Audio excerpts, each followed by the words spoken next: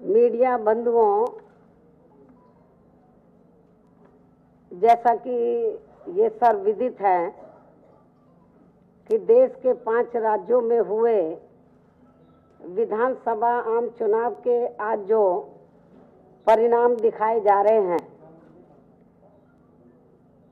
उनमें से खासकर उत्तर प्रदेश व उत्तराखंड राज्य के चुनाव परिणाम बहुत ही ज़्यादा चौंकाने वाले हैं तथा किसी के भी गले के नीचे से उतरने वाले नहीं हैं। शायद आप लोगों के भी गले के नीचे से आसानी से उतरने वाले नहीं हैं। इन दिखाए जा रहे परिणामों से ऐसा साफ तौर पर प्रतीत होता है कि वोटिंग मशीन ने बीजेपी के सिवाय किसी दूसरी पार्टी के वोट को स्वीकार ही नहीं किया है, अधिकांश स्वीकार ही नहीं किया है, या फिर अन्य पार्टियों के वोट भी बीजेपी के ही खाते में चले गए हैं। पार्टी द्वारा प्राप्त रिपोर्टों के मुताबिक, जो मुझे रिपोर्ट मिल रही है, तो पार्टी द्वारा प्राप्त रिपोर्टों के मुताबिक मुस्लिम बाहुल्य इलाकों में भी ज्यादातर वोट बीजेपी को ही चले गए हैं, जिससे इस आशंका को और भी ज्यादा बल मिलता है कि वोटिंग मशीनों को अवश्य ही मैनेज किया गया है। आप लोगों को ये मालूम है कि जिस भारतीय जनता पार्टी ने उत्तर प्रदेश में, जहां मुस्लिम समाज का जो वोट है 18 और 20% के करीब है, जिस भारतीय जनता पार्टी ने एक भी टिकट मुस्लिम को ना दिया हो, इसके बावजूद भी मुस्लिम बहुल्य इलाकों में मुस्लिम समाज का वोट बीजेपी को चला जाए, क्या आप लोगों के गले के नीचे से ये उतर रहा है? हमारी पार्टी के लोगों के, मैं समझती हूँ कि पूरे दुनिया में भी यदि ये बात उनके सामने रख दी जाए तो उनके गले के नीचे से नहीं उतरेगी। सन 2014 के लोकसभा आम चुनाव के समय में भी, खासकर उत्तर प्रदेश के चुनाव परिणाम के संबंध में भी इसी प्रकार की आशंका जताई गई थी। जब इनको 73 सीटें मिली थी, इसी प्रकार की आशंका सन 2014 में भी जताई गई थी कि वोटिंग मशीनों में जरूर गड़बड़ी की गई है, जिसके बिना बीजेपी के पक्ष में ऐसा खास चुनाव परिणाम बिल्कुल भी संभव नहीं हो सकता था सन 2014 में भी। और इतना ही नहीं, बल्कि उत्तर प्रदेश में वोटिंग मशीन के संबंध में ये चर्चा आम रही है कि बटन कोई भी दबाया जाए, वोट बीजेपी के कमल पर ही जाएगा, परंतु उस समय इन बातों पर ज्यादा ध्यान नहीं दिया गया, जबकि चुनाव आयोग के सामने बार बार इस मुद्दे को उठाया गया है। ऐसी ही शिकायत अभी हाल ही में हुए महाराष्ट्र नगर पालिका चुनाव में भी वोटिंग मशीन में गड़बड़ी के संबंध में की गई थी। इस संबंध में दिनांक 6 मार्च सन 2017 को वोट पड़ने, आखिरी चरण के वोट से पहले, इस संबंध में दिनांक 6 मार्च सन 2017 को 7वें व अंतिम चरण के मतदान से एक दिन पहले मेरी आयोजित, यानी कि जो चुनाव प्रचार खत्म होना था, तो एक दिन पहले मेरी आयोजित प्रेस कॉन्फ्रेंस में भी इसी प्रकार का सवाल, आपको याद होगा, इसी प्रकार का सवाल एक पत्रकार द्वारा सभी पत्रकारों के समक्ष मुझसे पूछा गया था, किया गया था, और आप लोग इस बात के गवाह हैं। और मेरे ख्याल उसी आज जहां ये सामने खड़े हैं, इधर ही एक पत्रकार था, शायद पहली बार आप लोगों ने देखा था, उसने टोपी सर के ऊपर लगाई हुई थी, तो आखिरी चरण वाले में, हाँ हाँ, टोपी लगाई हुई थी उसने, और जहां उधर वो खड़ा हुआ था, जब सवाल जवाब हो रहे थे, आपको याद होगा, तो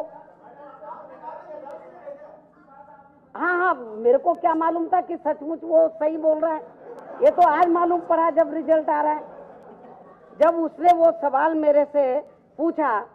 कि जो मैं आज एलिगेशन लगा रही हूँ, तो वो सवाल जब उसने कहा था कि भाई आपका जो वोट है वो तो आपकी पार्टी के लोगों का या दूसरी पार्टी का, वो तो कमल पे ही जा रहा है, तो मैंने उस पत्रकार की बात पर ध्यान नहीं दिया। मैंने बोला नहीं, आप ऐसे बोल रहे हो, ऐसा कुछ नहीं है, तो मैंने उसको इग्नोर किया। तो आज मुझे लगा कि इसका मतलब वो पत्रकार सही बोल रहा था, और आज मुझे लगता वो नजर भी नहीं आ रहा है। वो जो है उस दिन वो खड़ा हुआ था और आप लोग भी देख रहे थे कि ये आदमी कहाँ से आ गया, तो उसने ये सवाल मेरे सामने रखा था और आप लोग इस बात के गवाह हैं। किंतु सन 2014 के लोकसभा व वर्तमान में उत्तर प्रदेश व उत्तराखंड विधानसभा आम चुनाव के दिखाए जा रहे परिणामों को देखकर, जो 14 में परिणाम आया लोकसभा का, और वर्तमान में उत्तर प्रदेश व उत्तराखंड विधानसभा के आम चुनाव के दिखाए जा रहे परिणामों को देखकर ये मामला अब इतना ज्यादा गंभीर हो गया है कि इसके बारे में और ज्यादा खामोश रहना लोकतंत्र के लिए घातक साबित होगा। ये हमारे देश के डेमोक्रेसी के लिए, लोकतंत्र के लिए बिल्कुल भी ठीक नहीं है। और खास तौर से मैं मीडिया के माध्यम से भारतीय जनता पार्टी के लोगों को ये कहना चाहती हूँ, चेतावनी देना चाहती हूँ, मैं खुली चेतावनी दे रही हूँ कि जो मुझसे 6 तारीख को पत्रकार ने पूछा था, मैंने उसकी बात पर गौर नहीं किया। सन 2014 में भी ये बात हमारी पार्टी के लोगों द्वारा मेरे सामने रखी गई थी, तो मैंने सोचा कि, और ये बात मुख्य चुनाव आयोग के संज्ञान में भी ये बात लाई गई थी बीच बीच में जब मीटिंगें होती रही, तो लेकिन आज जो भारतीय जनता पार्टी के लोग बड़े खुश हो रहे हैं कि उनको पूर्ण बहुमत मिल गया है, उससे ज्यादा उनको सीटें मिल गई हैं, और लेकिन जिस तरीके की गड़बड़ी करके इन्होंने लोकतंत्र की हत्या की है, और ये इन्होंने अपने पक्ष में जो ये बहुमत साबित किया है, आज जो उत्तर प्रदेश के अंदर, मैं भारतीय जनता पार्टी के राष्ट्रीय नेताओं को, प्रधानमंत्री श्री नरेंद्र मोदी को और बीजेपी के राष्ट्रीय अध्यक्ष श्री अमित शाह को मैं खुली चेतावनी देती हूँ, यदि आप सही मायने में ईमानदार हैं तो आप मुख्य चुनाव आयुक्त को लिख कर दो कि ये जो चुनाव है तो हम बिल्कुल, हमको सही वोट पड़ा है। यदि वो सही ईमानदार हैं तो ये वोटिंग मशीन वाला जो है चुनाव, तो इसको रद्द करा के मुख्य चुनाव आयोग को बोले, जो पुरानी व्यवस्था थी बैलेट पेपर की, उससे चुनाव कराएं। जो पुरानी व्यवस्था थी बैलेट पेपर वाली जो है, उससे चुनाव कराएं। यदि इनमें थोड़ी सी भी ईमानदारी है, हमने उनके ऊपर आरोप लगाया है, हमने मुख्य चुनाव आयोग को भी लिखकर दिया है चिट्ठी, जो उसकी भी कापी हम आपको दे देंगे। यदि उनमें थोड़ी सी भी ईमानदारी है और वो कहते कि नहीं हमारे पक्ष में वोट पड़ा है, तो उनको घबराना नहीं चाहिए, फिर उनको बैलेट पेपर के माध्यम से, जो पुरानी व्यवस्था थी उस माध्यम से चुनाव कराना चाहिए। दूध का दूध और पानी का पानी सामने आ जाएगा, यदि उनमें थोड़ी सी भी ईमानदारी है तो। और यदि वो नहीं कराते हैं तो समझ लो, जो उस पत्रकार ने 6 तारीख को मेरे से सवाल पूछा था, और सन 2014 में भी ये बात हमारी पार्टी के लोगों ने मेरे संज्ञान में डाली थी, तो लेकिन हमने ज्यादा गौर नहीं किया। लेकिन जिस तरीके के जो रिजल्ट आ रहे हैं, और खासतौर से मुस्लिम बहुल्य इलाके में बीजेपी को वोट निकल रहा है, तो ये तो बड़े गंभीरता से सोचने वाली बात है, और ये लोकतंत्र के लिए ये ठीक नहीं हो रहा है। और इस मामले को मैं ये समझती हूँ कि बहुजन समाज पार्टी नहीं, पूरा विपक्ष, पूरा अन्य पार्टियां भी इस मामले को जरूर गंभीरता से लेंगे, नहीं तो लोकतंत्र नाम की चीज अपने इंडिया में रहेगी नहीं। आपको मालूम है कि अमेरिका में भी इसी मशीन की शिकायतें आई थी, और जब वहां के लोगों ने आवाज उठाई तो ये अब ये जो वोटिंग मशीन वाला सिस्टम उसको खत्म करके वो पुरानी व्यवस्था में वो लोग आ गए थे। नहीं तो सन 2019 में यदि यही वाली व्यवस्था चली तो समझ लो कि फिर तो बहुत गड़बड़ हो जाएगा। लोकतंत्र नाम की चीज इधर रहेगी नहीं और फिर तो विरोधी पार्टियों को चुनाव लड़ना नाम मात्र के लिए रह जाएगा। तो इसलिए अब इस संबंध में हालांकि हमने मुख्य चुनाव आयोग को चिट्ठी लिखी है, उसके बाद फिर मैंने आप लोगों को बुलाया है। अब उत्तर प्रदेश में खासकर ज्यादातर लोगों का विश्वास ईवीएम अर्थात वोटिंग मशीन पर से लगभग उठ सा गया है, लगभग क्या पूरा उठ गया है। और लोग ये सवाल कर रहे हैं कि उनके वोट जो उन्होंने, हमारी पार्टी के लोग ये सवाल कर रहे हैं कि उनके वोट जो उन्होंने बीएसपी को दिए थे वो आखिर कहां चले गए।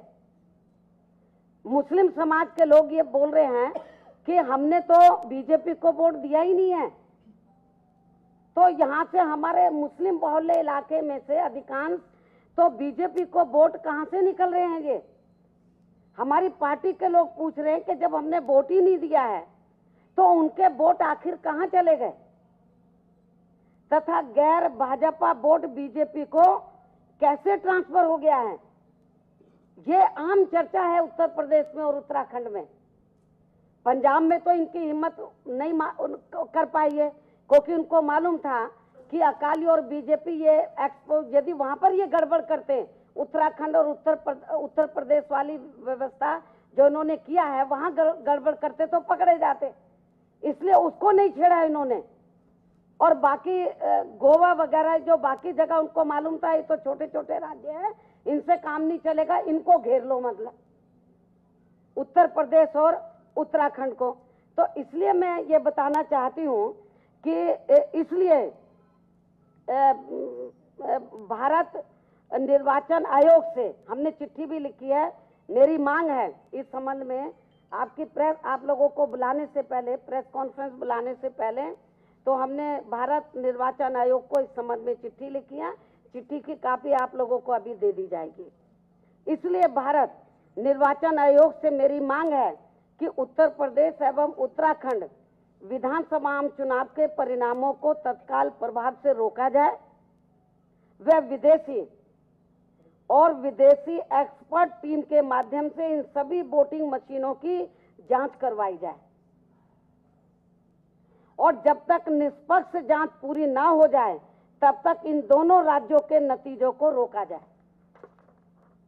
तथा बैलेट पेपर वाली पुरानी व्यवस्था को लागू करके उत्तर प्रदेश में पुनः चुनाव कराया जाए। और इस संबंध में जैसा कि मैंने अभी आपको बताया कि भारत निर्वाचन आयोग को आज लिखित में पत्र भी भेज दिया गया, उसकी कॉपी आप लोगों को तुरंत अभी दी जा रही है। और मैंने आप लोगों को बताया है कि भारतीय जनता पार्टी के लोग यदि वो कहते कि नहीं हमको हमारे पक्ष में हवा थी,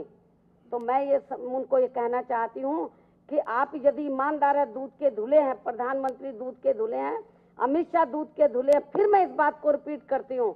तो वो बैलेट पेपर से के माध्यम से चुनाव को करा ले, सही स्थिति सामने आ जाएगी। ये लोकतंत्र के साथ बड़ा भारी विश्वासघात हुआ, धोखा हुआ है। मैं समझती हूँ कि ये हमारे देश के भविष्य के लिए, लोकतंत्र के लिए ये बिल्कुल भी ठीक नहीं है। इसलिए मैंने सोचा आप लोगों को, क्योंकि जिस किस्म की रिपोर्ट मुझे अभी तक मिल रही है वो बड़ी चौंकाने वाली है, लोगों के गले के नीचे से नहीं उतर रही, इवन आप लोगों के गले के नीचे से नहीं उतर रही। कोई सोच नहीं सकता कि बीजेपी को इतनी सीटें मिल जाएंगी और बाकी विपक्ष की पार्टियों की ऐसी खराब हालत हो जाएगी, कोई सोच नहीं सकता है। ये मामला जांच का विषय है और मैं मुख्य चुनाव आयुक्त से फिर मैं पुनः अपील करती हूँ कि हमारी जो मांग है उसको तुरंत स्वीकार किया जाए, नहीं तो लोकतंत्र, खास तौर से बीजेपी में जो केंद्र में सरकार है, तो बीजेपी की सरकार के रहते हुए लोकतंत्र की तो हत्या हो जाएगी, लोकतंत्र नाम की चीज यहाँ पे रहेगी नहीं। धन्यवाद।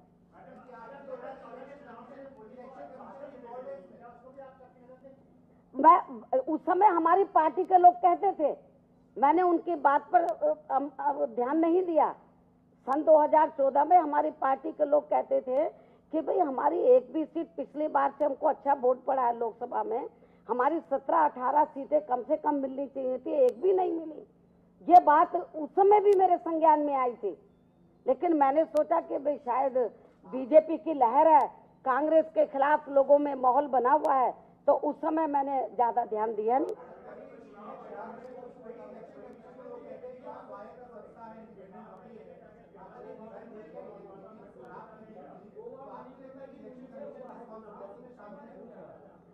भाई अभी तो जब कई बार मीटिंग बुलाई थी ऑल पार्टीज की, ये बात उनके संज्ञान में लाई गई थी, और लेकिन उन्होंने बोला कि नहीं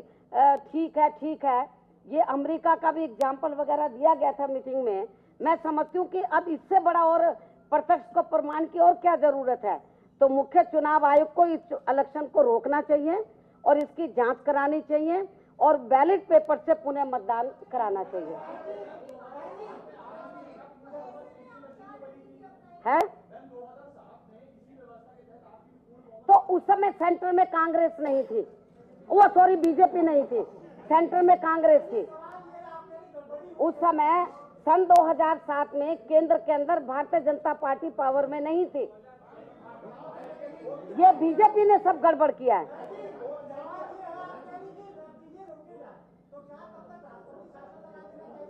मैं समझती हूँ लगना चाहिए जब तक।